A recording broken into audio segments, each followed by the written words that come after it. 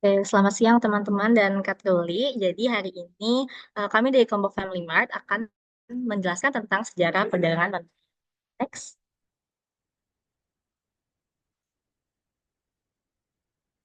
Oke, berikut adalah anggota kelompok kami, ada Laura, Cindy, dan saya sendiri, Safina.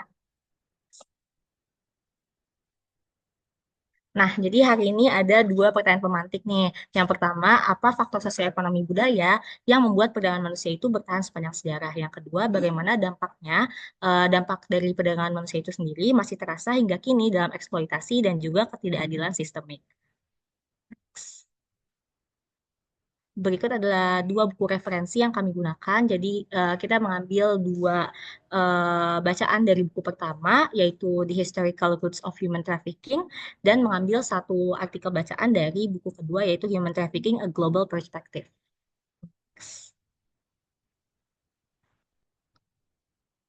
Oke, jadi berikut adalah eh, profil dari eh, pengarang artikel pertama dari buku pertama, yaitu Market Dynamics of Human Trafficking, Part 1 Introduction.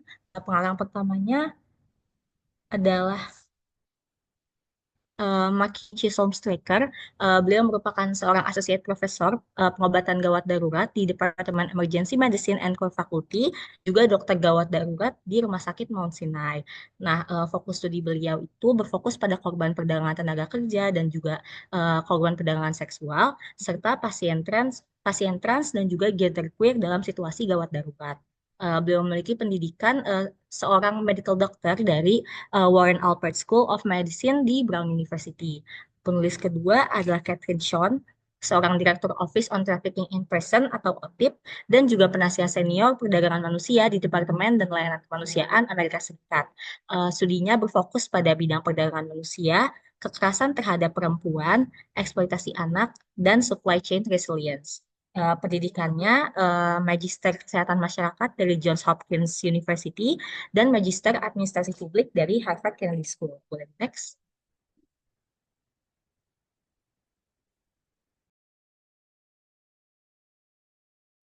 Oke, selanjutnya dari bahan kedua, masih dari buku yang sama seperti yang dijelaskan oleh Rasmafina, hanya berbeda bab, yaitu dengan judul Capitalism, Colonialism, dan Imperialism, Roots for Present Day Trafficking, yang ditulis oleh Gonzalo Martinez de Veria, yang merupakan seorang manajer program senior di Verite. Dia juga menjabat sebagai komisaris HAM untuk County of Houston, New York. Dia juga seorang wakil ketua Freedom Network USA dan berfokus pada advokat hak-hak pekerja upah rendah terutama pada perdagangan tenaga kerja. Dan ia juga merancang dan juga menerapkan intervensi terhadap kerja paksa di sektor pertanian Texas. Selanjutnya ada penulis dari buku Human Trafficking, A Global Perspective. Jadi untuk nama chapternya sendiri yang kami bahas untuk pertemuan kali ini adalah Why Has Human Trafficking Flourished? Itu penulisnya adalah Louis Shelley. Jadi Louis Shelley ini adalah profesor di George Mason University. Beliau merupakan seorang ahli terkemuka, terutama di bidang terorisme, kejahatan terorganisir, korupsi, perdagangan manusia, dan juga kejahatan transnasional. Tapi juga ada spesialisasinya di peredaran uang gelap dan juga pencucian. Oke, sekarang kita akan masuk ke bab pertama dari buku pertama yang berjudul Market Dynamics of Human Trafficking, Part 1 Introduction, karya Mackenzie Solskjaer dan juga Catherine Sean. Boleh di next? Oke, jadi yang pertama kita akan menjelaskan latar belakang historis perdagangan manusia khususnya di Amerika Serikat. Jadi awal perbudakan di Amerika Serikat itu dimulai dengan perbudakan orang kulit hitam oleh orang kulit putih, khususnya di bidang agrikultur. Nah, perbudakan ini menghasilkan barang-barang mentah seperti kapas, tembakau, dan beras yang dijual di pasar-pasar legal.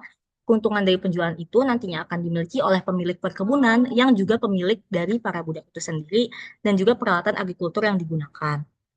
Nah, orang kulit putih ini yang tinggal di Amerika, khususnya Amerika bagian selatan, membeli budak dari pasar budak lokal dengan sistem lelang. Jadi budak-budak dari Afrika atau eh, orang-orang kulit hitam di luar Amerika itu diimpor ke dalam Amerika lalu diperdagangkan di dalam pasar budak lokal dengan sistem lelang. Berbeda dengan bagian selatan, di bagian utara perbudakan itu dilakukan kepada penduduk lokal yaitu Native American. Masyarakat Amerika Utara ini tidak menggunakan orang kulit hitam dalam perbudakan agrikultur karena adanya keterbatasan lahan yang lebih sempit dibandingkan dengan Amerika bagian selatan. Konsep perbudakan pada saat itu tertanam di seluruh pikiran masyarakat, bahkan juga pada mereka yang bukan merupakan budak atau tidak memiliki budak. Hal ini memengaruhi kehidupan sehari-hari mereka dalam cara berpakaian, makanan yang dimakan, juga peralatan yang digunakan dalam sehari-hari. Bahkan setelah adanya penghapusan budak itu sendiri, konsep serupa masih ditemukan dalam eksploitasi pekerja agrikultur maupun pekerja biasa di zaman kontemporer sekarang. Boleh next. Nah, pada tahun 1808 itu terdapat pelarangan impor budak di Amerika Serikat. Lalu pada tahun 1810 masih terdapat 30 ribu mantan budak yang tercatat dalam sensus sebagai penduduk Amerika Serikat. Mantan-mantan budak ini bekerja sebagai pembantu rumah tangga atau memiliki usaha kecil seperti penyan kecil, gereja, dan juga bekerja di layanan medis. Nah, pada saat ini itu terdapat pergeseran dari importasi budak ke perbudakan yang cenderung legal, di mana para mantan budak masih menetap di Amerika ini banyak dipekerjakan oleh pemilik modal untuk pembuatan gedung seperti universitas bergengsi atau institusi yang didanai oleh para pemilik modal ini. Pada masa-masa ini, faktor risiko utama terjadinya perbudakan adalah terlahir sebagai penduduk asli atau natif Amerikan atau terlahir sebagai orang kulit hitam. Boleh next? Oke, selanjutnya kita akan membahas tentang contoh kontemporer perdagangan manusia. Jadi contoh-contoh yang akan saya jelaskan sekarang merupakan hasil penelitian dari Polaris, sebuah NGO yang didanai oleh Brown University, yaitu universitas tempat kedua penulisnya ini dulu pernah bersekolah di sana. Nah, jadi tahun 1865 ini terbitlah pelarangan perbudakan di Amerika Serikat. Pada saat itu pasar perdagangan manusia bergeser dari perbudakan menjadi pekerja paksa dalam industri produk dan jasa hingga abad ke-21. Nah, Polaris, NGO ini melakukan research terkait perdagangan manusia dengan data yang mengacu kepada telepon yang masuk ke hotline nasional perdagangan manusia di Amerika Serikat. Dari data yang didapat, terdapat beberapa kelemahan, di antaranya data-data itu terbatas karena beberapa jenis perdagangan manusia seperti perdagangan seks contohnya lebih mudah dikenali oleh masyarakat, sedangkan beberapa jenis lainnya itu sulit diidentifikasi sehingga sedikit telepon yang masuk untuk beberapa jenis yang sulit diidentifikasi ini dan telepon yang masuk lebih berpusat kepada data perdagangan seks. Selanjutnya, dapat kelemahan juga kalau data telepon yang masuk dalam hotline ini merupakan salah satunya data dalam skala nasional pada saat itu. Jadi nggak ada data pembanding yang bisa untuk melakukan verifikasi data dari hotline ini. Selain itu, data telepon hotline ini juga tidak mencakup perdagangan manusia melalui eksploitasi pekerja di luar negeri yang memproduksi komoditas untuk diperjualkan di dalam Amerika Serikat. Boleh di next? Oke, jadi pasar perdagangan kontemporer ini juga mungkin sedikit menjawab pertanyaan pemantik di awal. Kenapa sih pasar perdagangan manusia ini bisa bertahan sampai saat ini dan masih eksis sampai saat ini? Jadi pasar perdagangan manusia kontemporer itu mempengaruhi pasar-pasar lainnya, yang lalu pasar-pasar lain ini mempengaruhi satu negara. Karena hal ini dikarenakan warga Amerika Serikat pasti pernah berinteraksi dengan satu atau lebih kategori perdagangan manusia kontemporer. Mungkin bisa aku jelaskan sedikit contohnya dari bacaan di dalam buku ini. Contohnya seperti boleh di next ceritanya. Nah, berikut adalah kategori-kategori yang telah dihasilkan oleh penelitian dari Polaris. Contohnya di sini ada kategori kesehatan dan juga kecantikan. Mungkin nggak terlihat sama kita, cuman hal ini paling terlihat di fenomena COVID-19 kemarin. Jadi contohnya di Amerika Serikat, sebetulnya di UU Tarif itu tahun 1930 telah melarang adanya apa ya kayak impor barang dari luar yang memanfaatkan pekerja-pekerja yang dieksploitasi sampai sebelum tahun 2000, tapi sampai sebelum tahun 2015 dibuat pengecualian untuk barang-barang yang memiliki konsumtif demand dari penduduk Amerika Serikat. Nah, fenomena COVID-19 ini yang berlangsung setelah tahun 2015 yang seharusnya itu walaupun banyak demand dari masyarakatnya, barang-barang yang diperdagang, yang dihasilkan oleh orang-orang yang dieksploitasi sudah dilarang, namun terjadi impor di Amerika Serikat terhadap barang-barang untuk memenuhi kebutuhan COVID-19 saat itu seperti APD, sarung tangan, dan juga masker. Nah, seharusnya fenomena COVID-19 ini bukan menjadi alasan pengadaan barang untuk memenuhi kebutuhan saja, tapi pengadaan barang ini harus dari sumber-sumber yang bertanggung jawab dan juga apa ya terdapat eh, perencanaan dalam dan penggunaan dana kesiapsiagaan darurat dari pemerintah federal Amerika Serikat. Terus ini juga bisa dilihat jenis-jenis terdapat jenis-jenis kategori-kategori perdagangan manusia kontemporer lain seperti contohnya ada escort, terus pijat plus plus atau kayak di bidang kecantikan. Terus abis itu ada perdagangan seks rumahan, pekerja rumah tangga, bar, klub sukses, dan bisa dibaca lainnya lagi ada 25. Contoh-contoh berikut ini tidak semuanya merupakan bagian dari perdagangan manusia, tetapi contoh-contoh ini tuh merupakan contoh bagaimana manusia ini diperdagangkan di Amerika Serikat. Oke, selanjutnya dalam buku ini membahas tentang pentingnya intervensi berbasis konteks. Jadi di dalam perdagangan manusia kontemporer ini, pemahaman terkait perdagangan manusia domestik dan global ini sangat penting untuk keberlanjutan dan keefektifan pencegahan perdagangan. Karena pasar perdagangan manusia kontemporer ini memiliki dinamika pasar yang unik, maka juga dibutuhkan penanganan yang unik uh, dalam melakukan keaktif dalam melakukan pencegahan perdagangan manusia ini. Nah, dinamika hal ini terjadi karena orang yang diperdagangkan pada masa ini memiliki kerentanan yang berbeda sesuai dengan industri tempat mereka diperdagangkan dan juga orang yang memperdagangkan juga memiliki cara berbeda dalam mengontrol dan juga merekrut eh, orang yang diperdagangkan pada perdagangan manusia kontemporer. Perlu adanya intervensi khusus di tiap-tiap kategori dan kekhususan ini dapat diukur dari kondisi geografis, komoditas yang diperjualbelikan atau seperti tenaga kerja atau jasa, dan juga faktor risiko dari populasi yang diperdagangkan. Nah, kekhususan faktor-faktor yang eh, khusus ini diperparah oleh adanya kesenjangan sosial ekonomi seperti konflik, bencana iklim, dislokasi fisik, pemutusan hubungan sosial, gangguan terhadap pelayanan kehidupan yang penting seperti makanan, pendidikan dan juga kesehatan, peningkatan ketidakamanan finansial, dan juga karena kekuatan yang memiliki permintaan tinggi. Contohnya seperti kasus COVID-19 yang tadi sudah dijelaskan. Boleh di next? Oke. Selanjutnya dalam buku ini membahas pendekatan berbasis kesehatan masyarakat. Hal ini dikarenakan karena penulisnya itu keduanya memiliki background kesehatan masyarakat. Jadi dijelaskan juga di sini intervensi berbasis kesehatan masyarakat. Intervensi ini didasarkan pada pemahaman bahwa pasar, komunitas, hukum, kebijakan, norma sosial, dan juga penindasan itu saling terikat. Dan semua ini membuat pasar perdagangan manusia itu semakin besar. Nah, prinsip kesehatan masyarakat ini menyerukan pemahaman yang komprehensif. Nanti contohnya seperti di bab 2 yang akan dijelaskan oleh Laura, yang membahas tentang pasar pertanian untuk mendekonstruksi bagaimana sih insentif kapitalisme kontemporer itu terus menggunakan kekerasan dan paksaan terhadap tenaga kerjanya. Maka dari itu, untuk mengatasi hal ini, hukuman kepada pelaku aja tidak cukup untuk memberikan efek jera, tetapi diperlukan juga dampak positif yang akan berpengaruh pada keselamatan, kesehatan, dan juga kesetaraan di tingkat populasi. Maka dari itu diperlukan penataan ulang nilai-nilai secara kolektif untuk menjadi acuan bagaimana pemerintah dan organisasi masyarakat dapat mengembangkan kebijakan dan juga menawarkan program untuk mendukung cara-cara yang manusiawi, penuh rasa hormat, dan juga bertanggung jawab untuk mempertimbangkan pekerja eh, untuk mempertimbangkan dalam mempekerjakan pekerja dan juga mengurangi risiko eksploitasi. Boleh di next?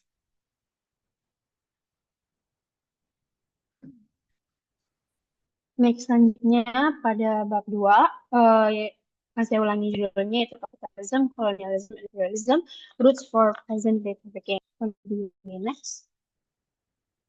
Nah, ada beberapa hal yang perlu kita ketahui untuk memahami bab ini. Yang pertama itu adalah perdagangan manusia saat ini itu bukanlah suatu fenomena baru, tapi itu merupakan bagian dari lama yang terus-menerus berulang karena berbagai faktor, kayak misalnya sejarah, ekonomi, dan juga ideologi yang kemudian memungkinkan eksploitasi tenaga kerja. Terus selanjutnya, terkait perbudakan itu tuh nggak cuma terjadi di Amerika Serikat, tapi juga terjadi di luar Amerika Serikat. Perbudakan dalam skala besar itu pernah menjadi bagian dari sejarah Amerika Serikat. Namun praktik kerja paksa atau unfree labor ini bukan terjadi hanya di Amerika Serikat, tapi juga di berbagai belahan dunia sebelum dan setelah perbudakan itu resmi dihapuskan. Adapun dampak sejarah terhadap perdagangan manusia modern itu adalah para aktivis yang melawan perdagangan manusia itu saat ini seringkali menghadapi dampak di perbudakan di masa lalu, walaupun mereka tidak selalu meneliti sejarah, tapi banyak pola-pola dari masa lalu yang tetap berpengaruh hingga sekarang. Makanya tadi sudah saya sebutkan bahwa perdagangan manusia ini tuh bukan fenomena baru, tapi merupakan pola lama yang terus-menerus berulang. Adapun sektor-sektor yang rentan terhadap perdagangan manusia itu seperti sektor ekonomi kayak pekerjaan rumah tangga, lalu ada industri seks komersial, lalu ada industri ekstraktif seperti pertambangan dan juga sektor pertanian. Eh, Berkaitan dengan pola berulang itu, kerja paksa ini sudah ada di Amerika Serikat sebelum Amerika Serikat merdeka. Nah, pola-pola ini tuh menggunakan satu strategi, terus memperbaiki cara-cara mereka melangsungkan strategi dan juga terus mencari celah baru untuk mendapatkan keuntungan. Nah, selain itu, eh, alasan kenapa dia manusia ini masih terus lanjut itu juga salah satunya karena rasisme yang justifikasi eksploitasi dari manusia itu sendiri. Karena rasisme dimanfaatkan untuk membenarkan eksploitasi sehingga banyak orang yang menutup mata terhadap praktik kerja paksa dan juga perdagangan. Boleh dilanjut. Nah, selanjutnya terkait unfair labor di Amerika di sebelum dan sesudah 13 koloni.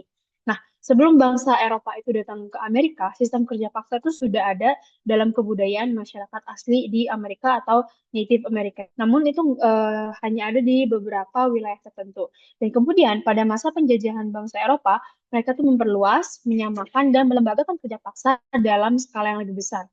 Mereka memperbuat penduduk asli Amerika di berbagai wilayah, termasuk di Karibia, Meksiko, dan juga Amerika Tengah, yang tujuannya untuk mendapatkan keuntungan ekonomi dan politik dengan dalih menyebarkan agama Kristen. Nah, selain itu, karena makin banyak penduduk asli yang budak, sistem ini tuh kemudian berkembang menjadi perdagangan budak Atlantik selama 3 abad lamanya, dan pada akhirnya perbudak sekitar 15 juta orang tanpa kebebasan, termasuk anak-anak yang lahir dari orang tua yang sudah diperbudak sebelumnya. Boleh dilanjut. Nah, selanjutnya itu terkait perkembangan bentuk unfair labor pada masa awal kolonialisme di Amerika Utara. Nah, ini adalah Sir Walter Raleigh yang pada tahun 1584 itu mendirikan koloni Roanoke yang sekarang disebut sebagai North Carolina, yang mereka tuh menyatakan diri berbeda dari penjajah lain dan tidak memaksa penduduk asli untuk bekerja. Jadi mereka itu memanfaatkan penduduk asli ini, lebih ke memanfaatkan penduduk asli untuk mendapatkan makanan seperti misalnya jagung, segala macamnya. Dan kemudian penduduk asli itu membantu dengan sukarela. Nah, walaupun begitu, seiring berjalannya waktu, para pemukim atau orang-orang yang tergabung dengan koloni ini tuh mulai berfokus mencari cara untuk mendapatkan keuntungan ekonomi dengan cara bereksperimen dengan tanaman yang bisa dijual, terus mereka mencari tambang emas atau mineral, dan pada akhirnya tidak memprioritaskan pertanian perikanan untuk memenuhi kehidupan mereka sendiri. Sampai akhirnya masyarakat asli itu kesulitan untuk memenuhi kebutuhan para pemukim, dan pada akhirnya para pemukim menggunakan ancaman dan juga kekerasan, termasuk penculikan dan pembunuhan, untuk memaksa penduduk asli eh, memenuhi kebutuhan mereka. Dan hal ini menunjukkan bahwa Roanoke itu tidak menjalani idealisme awal mereka yang bilang kalau mereka itu berbeda dari penjajah lainnya, dan kemudian mengikuti pola eksploitasi tenaga kerja seperti penjajah lain. Next. Nah, selanjutnya itu adalah salah satu koloni Inggris yang bertahan lama di Amerika, yaitu Jamestown atau yang disebut sebagai Virginia, yang didirikan pada tahun 1607, dan pada tahun 1619 ada tiba 20 kapal yang membawa orang-orang Afrika dari Angola yang kemudian disebut sebagai tawanan perang. Di sana kemudian mereka dipaksa bekerja untuk koloni di sektor pertanian dan di sektor rumah tangga. Nah, awalnya mereka itu disebut sebagai pelayan, walaupun pada akhirnya ditetapkan aturan hukum terkait perbudakan dan menggunakan ras sebagai klasifikasi status budak. Nah, awalnya perbudakan di Amerika itu boleh di next. Nah, awalnya perbudakan di Amerika itu tidak terstruktur, namun seiring berjalan waktu, pemerintah kolonial akhirnya menetapkan perbudakan sebagai suatu sistem berbasis ras yang digunakan untuk menargetkan orang Afrika. Kenapa sih gitu? Karena salah satu alasannya adalah untuk membedakan orang Afrika yang diperbudak dengan orang Afrika yang diperbudak dengan pekerja kontrak kulit putih yang mereka itu mendapatkan imbalan perjalanan ke Amerika dan juga harapan kebebasan. Gak seperti orang Afrika yang diperbudak itu nggak dipaksa untuk bekerja seumur hidup tanpa harapan untuk kebebasan. Boleh di next. Nah, selanjutnya mengenai kebangkitan, kemajuan, dan kejatuhan perbudakan di Amerika Serikat. Setelah budaya informal perbudakan itu diikutsertakan dalam kode hukum kolonial, konstitusi Amerika di masing-masing negara bagian itu menyetujui penegakan hukum yang mengatur unfree labor seperti mengikat ras, non kulit putih, terus tempat asal yang bukan berasal dari Eropa hingga agama yang bukan Kristen sebagai status budak seumur hidup yang dapat diwariskan. Uh, uh, Pada saat uh, setelah setelah perkembangan pesat tentang perbudakan di Amerika Serikat itu yang awalnya dari orang-orang Afrika di Virginia pada tahun 1919 sampai jutaan orang di tahun 1960 dan kan setelah Amerika mendeklarasikan kemerdekaannya dengan nilai kebebasan, HAM dan juga kesetaraan, uh, ada ketidaksesuaian terjadi sehingga terjadi perdebatan yang memuncak di Perang Saudara Amerika. Pada akhirnya mereka menghapuskan perbudakan Amerika yang telah legal dan berkembang pesat di beberapa dekade. Walaupun pada saat itu terjadi penemuan mesin pemisah kapas sehingga pada akhirnya uh, permintaan kapas itu menjadi sangat tinggi sehingga semakin banyak permintaan tenaga kerja dari Afrika yang nantinya berdampak pada peningkatan perdagangan manusia sebagai budak. Nah, selain itu, selain meningkatkan perdagangan manusia sebagai budak itu, uh, para pemukim atau koloni ini juga merasakan kayak kerusakan tanah karena kapas itu sebuah tanaman monokultur. Jadi pada akhirnya mereka juga merampas tanah dari penduduk asli.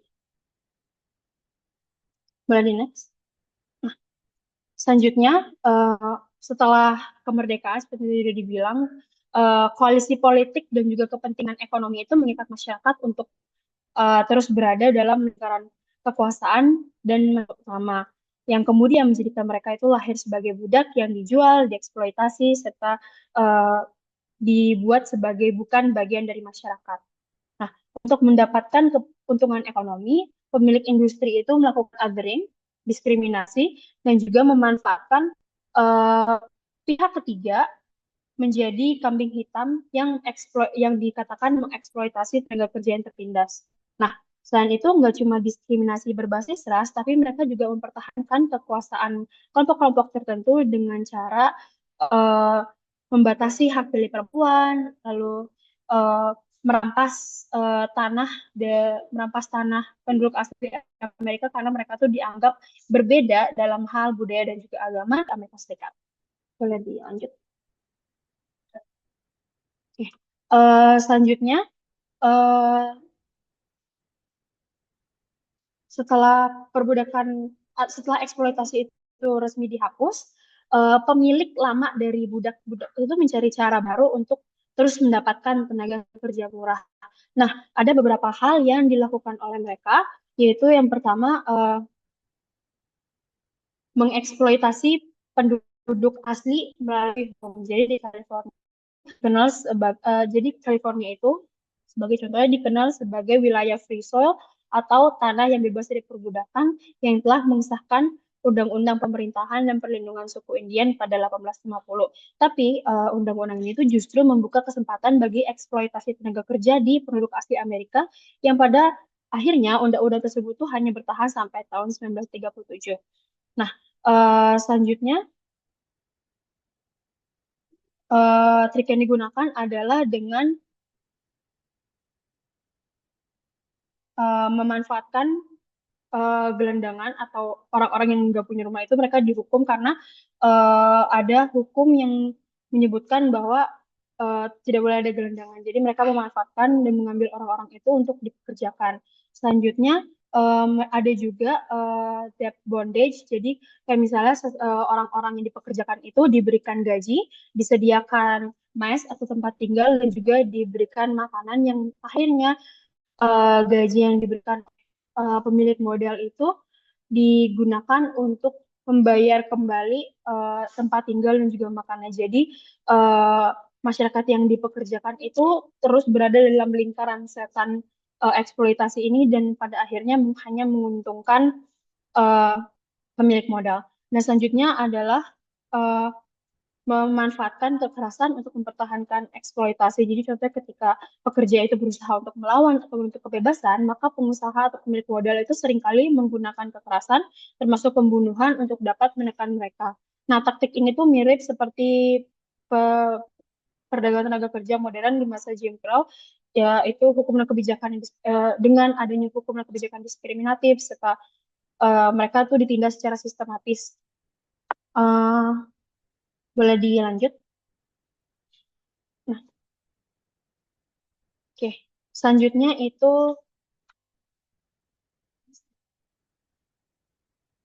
kampanye perdagangan manusia saat ini itu kerap dilihat sebagai warisan dari kampanye abolisionis pada masa lalu yang juga berusaha menghapuskan perbudakan. Namun terminologi perdagangan manusia itu hanya mengacu pada masalah-masalah spesifik yang terkenal di abad ke-20. Kenapa sih kok bisa dibilang spesifik dan juga sempit? Pertama karena fokusnya itu hanya terbatas pada uh, hukum ada dua hukum yang ditulis contoh yang dituliskan di buku ini yaitu yang pertama International Agreement for Suppression of the White Slave Traffic dan juga US White Slave Traffic Act atau Mann Act yang kemudian itu uh, mencerminkan pemahaman terbatas terkait eksploitasi manusia dan juga menganggap bahwa hanya perempuan kulit putih itu korban utama dan kelompok lain yang merasakan eksploitasi itu tidak mendapatkan perhatian yang sama. Jadi penggunaan hukum ini tuh digunakan untuk diskriminasi rasial. Terus yang kedua adalah penghapusan budak itu sebenarnya dijelaskan tidak memperjuangkan hak. Kenapa? Karena ada dua alasan. Yang pertama yaitu kompromi politik yang merugikan yang merugikan pekerja kulit hitam, yaitu salah satunya adalah pada tahun 1935 itu ada Undang-Undang National Labor Relations Act atau NLRA yang seharusnya melindungi hak pekerja, tapi justru mengorbankan para pekerja rumah tangga dan juga pertanian yang didominasi oleh pekerja keturunan Afrika. Terus selain itu yang kedua adalah dampaknya itu masih ada hingga sekarang bisa dilihat dari tidak dipenuhinya hak perlindungan NLRA yang bisa dilihat dari pekerja pertanian di Amerika Serikat yang didominasi oleh imigran itu mereka masih kurang dipenuhi haknya untuk mendapatkan perlindungan termasuk hak untuk berunding secara kolektif dengan majikan atau bosnya gitu. Uh, Terus selanjutnya kita juga bisa melihat bahwa ada kaitan dengan perdagangan tenaga kerja modern yaitu tidak didapatkannya perlindungan sehingga mereka itu menjadi rentan dieksploitasi. Nah, eh, boleh di next. Nah, sebenarnya awalnya upaya menghapus perbudakan itu nggak hanya berkaitan dengan tenaga kerja, tapi berkaitan juga dengan rasisme, xenofobia, dan juga pengucilan sosial. Namun dalam perkembangannya, pemahaman tentang perdagangan manusia itu mulai berubah dan semakin luas cakupannya. Nah, perubahannya itu bertahap, yang dibagi jadi tiga tahap. Yang pertama itu adalah tahap yang awalnya terbatas pada rasa jenis kelamin, kemudian eh, ah, eh, perubahan pertama itu awalnya mereka konvensi-konvensi itu hanya melindungi kelompok tertentu dan mengabaikan kelompok lain yang juga mengalami eksploitasi, dan kemudian berkembang menjadi mulai melebar tapi masih terbatas yang dibuktikan dengan Konvensi Internasional 1921 dan PBB yang mulai menghapus batasan rasial dalam definisi perdagangan manusia. Ada Konvensi PBB 1949 yang kemudian memperluas cakupannya untuk melindungi laki-laki dan perempuan yang tidak hanya berfokus pada perempuan. Terus yang ketiga itu adalah definisi yang menjadi semakin luas, uh, terutama pada Konferensi Dunia Keempat PBB tahun 1994, yang menyebutkan bahwa perdagangan manusia itu tidak hanya terbatas pada konteks eksploitasi sosial, eksploitasi seksual, tapi juga dalam berbagai bentuk eksploitasi tenaga kerja. Boleh di next. Nah, kesimpulannya, berbeda dengan hukum yang sebelumnya menggunakan istilah perbudakan atau kerja kontrak, di awal abad ke-21 itu PBB dan Amerika Serikat mengeluarkan aturan baru untuk mengkriminalisasi kerja paksa dengan mendefinisikan cara kerja paksa dilakukan, metode paksaan, dan juga tujuan dari eksploitasi. Kemudian, perubahan pentingnya adalah eh, identitas korban dan pelaku tidak lagi ditentukan berdasarkan ras dan jenis kelamin atau latar belakang tertentu. Kemudian eh, ada tantangan besar yang berkaitan dengan sejarah yang menunjukkan bahwa kerja paksa selalu berkaitan erat dengan diskriminasi ras, asal geografi, dan agama, sehingga kelompok yang terdapat othering seperti orang non-kulit putih dan imigran semakin rentan dieksploitasi untuk kepentingan ekonomi. Poin selanjutnya adalah perdagangan manusia itu bisa terjadi kapan saja, di mana saja, kepada siapa saja, tanpa memandang usia, ras, jenis kelamin, ataupun kebangsaan. Nah, perdagangan manusia itu bukan semata-mata karena kebencian terhadap ras atau kelompok tertentu, tapi juga karena eksploitasi manusia yang menghasilkan keuntungan besar bagi para pelakunya. Pemikiran-pemikiran seperti ini tuh datang dari ideologi rasis dan juga xenofobia yang masih sangat berpengaruh dalam kebijakan politik di Amerika Serikat. Lalu kita juga bisa melihat bahwa keadaan ini tuh semua terjadi karena hukum resmi itu masih memiliki celah-celah bagi pemilik usaha untuk melakukan eksploitasi. Seperti bagaimana tadi kita melihat pada tahun 1619, orang Afrika yang dibawa ke Amerika Utara menjadi pelayan sebelum sistem berbasis ras itu diterapkan. Lalu pada 1620 di mana Commonwealth Virginia mencatat tentang uang, barang, pelayan, budak, dan ternak itu ada dalam satu daftar sehingga menyamakan tenaga kerja manusia sebagai benda mati. Terus yang ketiga terkait dengan hukum juga pada 1865 amandemen ke-13 itu kita bisa melihat bahwa mantan pemilik budak itu menggunakan hukum gelandangan untuk menangkap dan memperkerjakan paksa orang kulit hitam yang baru dibebaskan. Oke, selanjutnya kita akan mencoba untuk membahas dua pertanyaan pemantik yang sudah diajukan juga oleh Kak Truli. Jadi yang pertama itu kami mencoba untuk membahas mengenai apa sih faktor sosioekonomi dan budaya yang membuat perdagangan manusia itu bertahan sepanjang sejarah. Untuk menjawab pertanyaan yang ini, kelompok kami mencoba untuk menganalisis dari bukunya Louis Shelley di chapter yang Why Has Human Trafficking Flourished? Jadi untuk faktor yang paling pertama, kita bisa coba melihat dari sudut pandang yang lebih luas gitu. Jadi dari yang pertama itu ada globalisasi. Dengan adanya globalisasi, memungkinkan adanya pasar bebas, perdagangan bebas, dan juga persaingan ekonomi yang lebih ketat dan secara tidak langsung juga menurunkan gitu pengawasan atau intervensi dari pemerintah terhadap bagaimana perekonomian di suatu negara itu berjalan. Nah, jadi akibatnya apa dari globalisasi? Kita coba mulai tarik dari awal ya, dari perdagangan bebas itu sendiri. Karena ada globalisasi, ada perdagangan bebas. Karena ada perdagangan bebas, mobilitas barang, orang, dan komunikasi itu jadi lebih tinggi. Dan kalau dalam konteks ekonomi, hal ini jelas membuat persaingan ekonomi global tuh jadi lebih ketat gitu.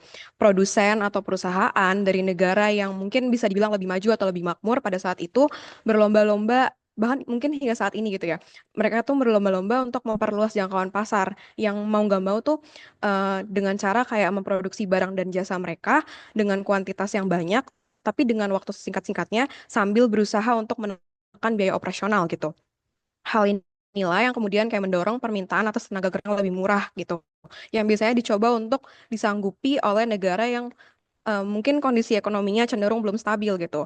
Nah, tapi permasalahannya datang ketika persoalan imigrasinya gitu.